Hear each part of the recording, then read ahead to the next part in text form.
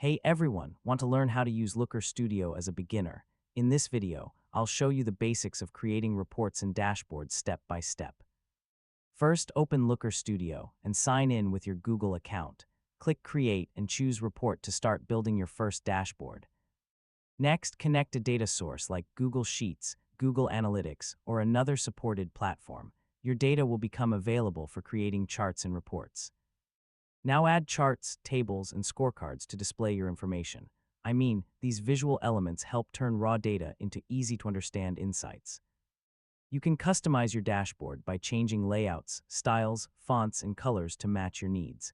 Next, add filters and date range controls so you can explore different parts of your data quickly. After creating your report, review the charts and make sure all information is accurate. Finally, save your report and share it with others using the sharing options. And that's how to use Looker Studio as a beginner.